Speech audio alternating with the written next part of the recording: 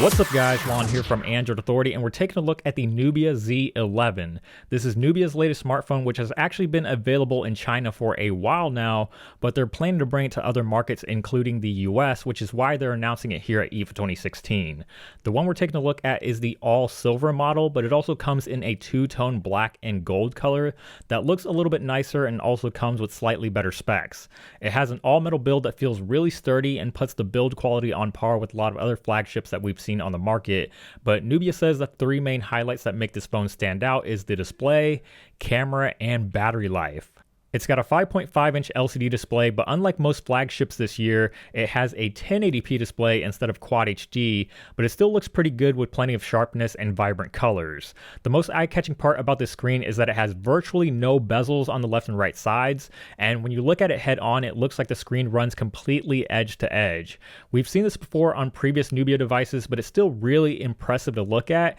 and it makes you feel like you're literally holding nothing but a screen in your hands. The fact that the side bezels are so thin also makes this phone feel a lot more compact than other phones with a 5.5-inch screen. There's a 16-megapixel camera on the back with optical image stabilization and phase detection autofocus, and it sounds like your typical standard smartphone camera when looking at it on paper, but Nubia made a pretty big deal about all the various different camera modes on the Z11 that make it unique. For example, there's a clone mode that will overlap several images on top of each other to make it appear as if there's multiples of the same person or object. It's a pretty old trick that can be done manually with a DSLR and some editing in post, but the Z11 does it all automatically, and it's not perfect, but it does a pretty decent job of stitching all the photos together, even if you're just using your hands to stabilize the camera. Another interesting mode on the Z11 is called electronic aperture, which lets you dial in the aperture from anywhere between f2.8 to f44, and it's not a true aperture change obviously, but the purpose of this mode is to let you alter how much motion blur you get in the background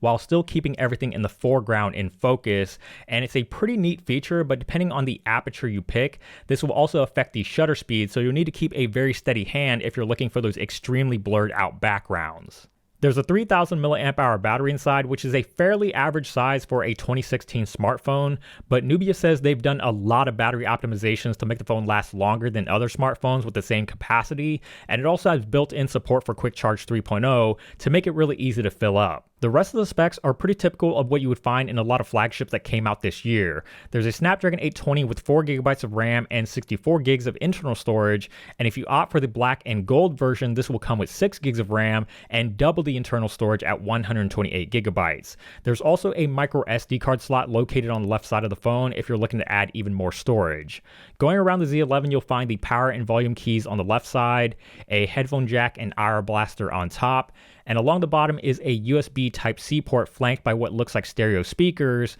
but it's actually just a single speaker and a microphone. The Z11 also has a fingerprint sensor on the back, but aside from providing additional security, it also functions as a shortcut for taking a screenshot, a long screenshot, or a screen recording by long pressing on it. The software is Android Marshmallow with Nubia's own custom skin, and it's not the nicest or most appealing looking skin, but it does come with some really interesting features that take advantage of the super thin side bezels. You can swipe up and down with two fingers along both edges to adjust the screen's brightness, swipe inwards to skip to any home screen, or swipe up and down along either edge to quickly switch between any apps that you have running in the background, and you can even swipe rapidly along the edges to clear all the apps out of memory. The Z11 will be available in Europe starting at 499 euros, but we don't know the exact details just yet on when it will be coming to the States or how much it's going to cost, but overall it's a solid smartphone from Nubia that's very comparable to a lot of other flagships on the market. We'll definitely keep you posted on pricing and availability as we find out more about the Nubia Z11 on AndroidAuthority.com,